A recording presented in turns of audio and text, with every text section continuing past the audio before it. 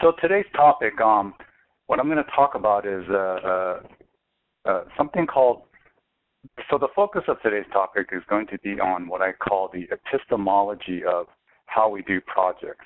And for those of you who may not be familiar with that term, but have maybe taken a philosophy course back in your college days or what have you, this is a question that asks, how do we know what we even know?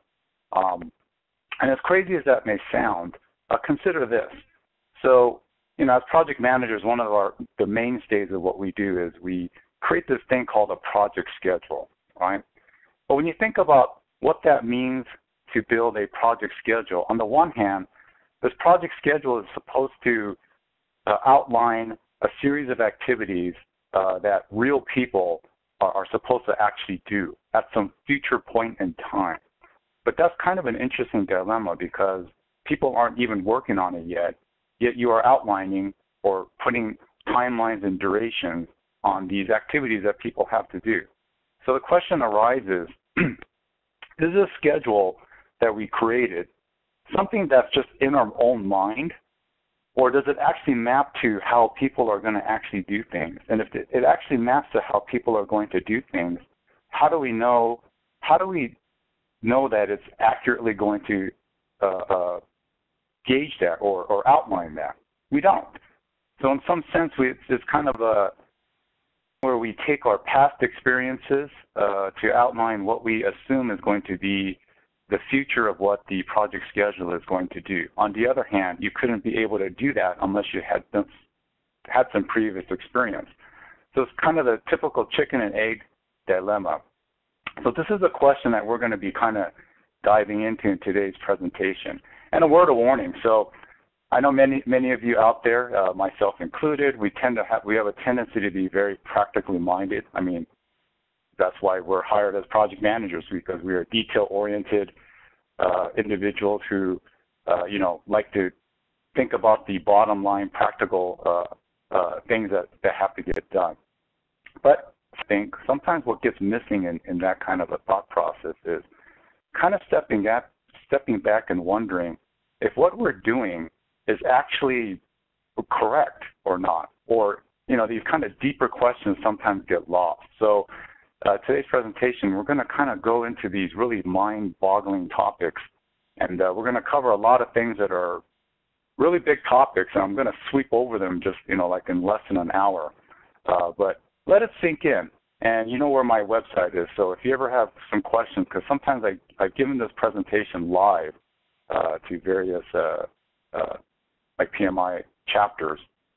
Sometimes months later I get people contacting me saying, "Oh, that's what this is. That's what you're talking about." So let it sink in a little bit. All right. Okay. Moving on. What I want to talk about is to lay the foundations. I'm going to do a quick, what I call genealogy of project management, because it's kind of important to understand the history of the field, why it is the way it is, and then why I'm arguing that maybe the way it's approached is actually wrong. So let's move on. Think about it. This whole endeavor called mathematics is something that human beings have been doing since, I think, ancient times. I mean, these two prime examples are the pyramids of Egypt, and also the Great Wall of China. You could also think of the Taj Mahal. So these are major projects that were done by civilizations in ancient times. And what's interesting, though, is that very big projects and with the limited technology that the people had at the time, they were able to achieve these very grand things. And what's very interesting to me is they were able to do that, and they didn't have a PMBOK guide to help them to do that. Such things didn't even exist. In fact, the whole field of project management, when you think about it, is a blip in time in relation to, the existence of human beings, and the fact that at some point they, decided we're going to build civilization, and I'm pretty sure they implemented that through what we would call projects. So this thing has been going on. So the question arises then is if this was the case, then what's the whole purpose of doing project management as we formally know it? So to answer that question, it's my belief that the field of modern project management, especially the one in the traditional project management sense, so when you throw in things like Agile and all that other stuff, that's kind of a more recent incarnation of project management. It really started, in my belief, with the Manhattan Project. So this was a project and started in the 1930s. It was during World War II, and it was a race the U.S. was getting into to beat the Germans to build a nuclear bomb. And of course, America succeeded. In fact, they actually dropped the bomb in Japan, in Hiroshima. Thing is, this is a project, that had, it was a gigantic project. There was like 200, this person on the right-hand side, Leslie Groves, he's a 4-star general. And what's interesting is when he did this project, he had some pretty smart physicists. In fact, I think a third of those physicists were Nobel Prize winners. And a lot of them kind of poo-pooed him. They thought, well, he wasn't an intellectually capable person of managing this project.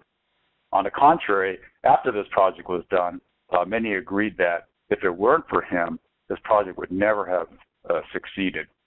And what's very interesting is if you think your projects are big, this project had like 200,000 people working on it.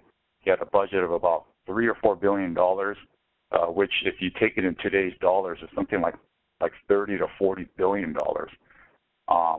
And he was kind of the first to really take this whole managing a project and do it in a somewhat systematic fashion. So this is where the whole real modern project management kind of got started.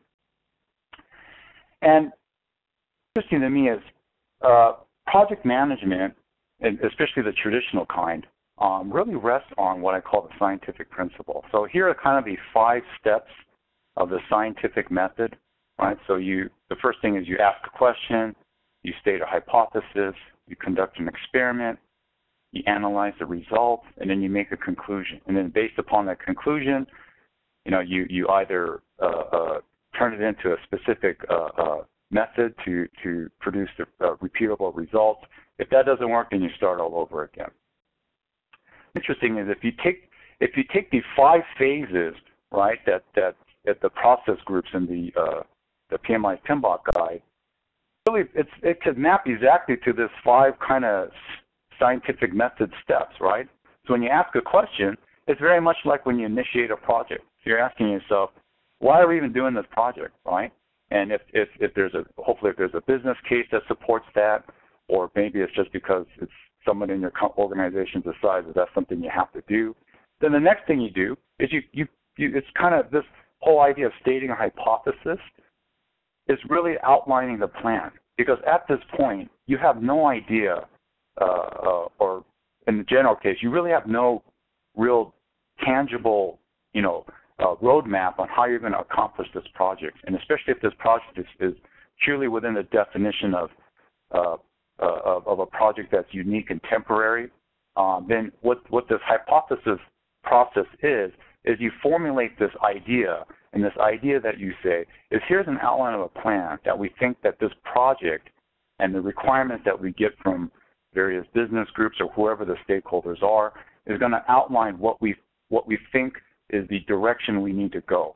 And over time, the idea is that you further refine the process, get more details, but the reality is it's still a hypothetical plan. It is not an actual, it's not embedded in reality. So at some point you execute that project, and it's very similar to this. And crazy as it sounds, it is, in my opinion, conducting an experiment, because